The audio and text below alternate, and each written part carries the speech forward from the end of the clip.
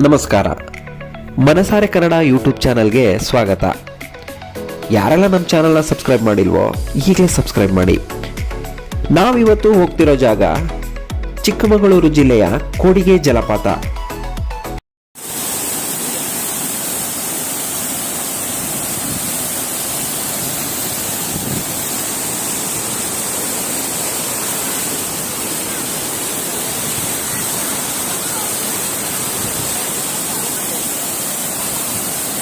ಚಿಕ್ಕಮಗಳೂರು ಜಿಲ್ಲೆ ಮೂಡಿಗೆರೆಯಿಂದ 38 ಕಿಲೋಮೀಟರ್ ದೂರದಲ್ಲಿರೋ ಈ ಜಲಪಾತ ದುರ್ಗದಹಳ್ಳಿ ಗ್ರಾಮದ ಬಳಿ ಇರುವ ಕೋಡಿಗೆ ಜಲಪಾತ. ನೇತ್ರಾವತಿ ನದಿಯಿಂದ ರೂಪುಗೊಂಡ ಸುಂದರ ಜಲಪಾತ ಇದಾಗಿದೆ. ಪಶ್ಚಿಮ ಘಟ್ಟಗಳ ದಟ್ಟವಾದ ನಿತ್ಯ ಹರಿದ್ವರ್ಣ ಕಾಡುಗಳ ಮಧ್ಯೆ ನೇತ್ರಾವತಿ ನದಿಯಿಂದ ರೂಪುಗೊಂಡ ಜಲಪಾತ ಇದು.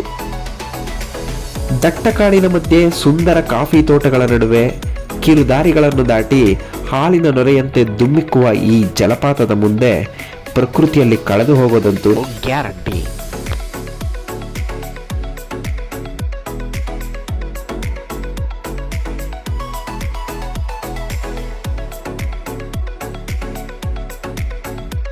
ನೂರಿಪ್ಪತ್ತು ಅಡಿ ಎತ್ತರದಿಂದ ಧುಮುಕುವ ನೀರು ಕಣ್ಮನ ಸೆಳೆಯುತ್ತದೆ.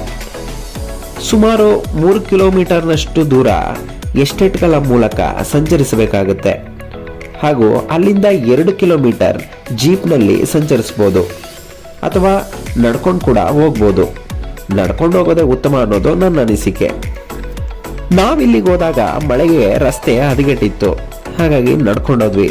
30 ನಿಮಿಷದ ನಡಿಗೆ ಒಂದೊಳ್ಳೆ ಅನುಭವ ಕೂಡ ಕೊಡ್ತು. ನಾವಂತೂ ಸಖತ್ ಎಂಜಾಯ್ ಮಾಡಿದ್ವಿ. ಈ ಜಲಪಾತದ ದೃಶ್ಯವನ್ನ ಜಲಪಾತದ ಮೇಲ್ಭಾಗದಲ್ಲಿ ನಿಂತು ಕೂಡ ವ್ಯೂ ನೋಡ್ಬೋದು.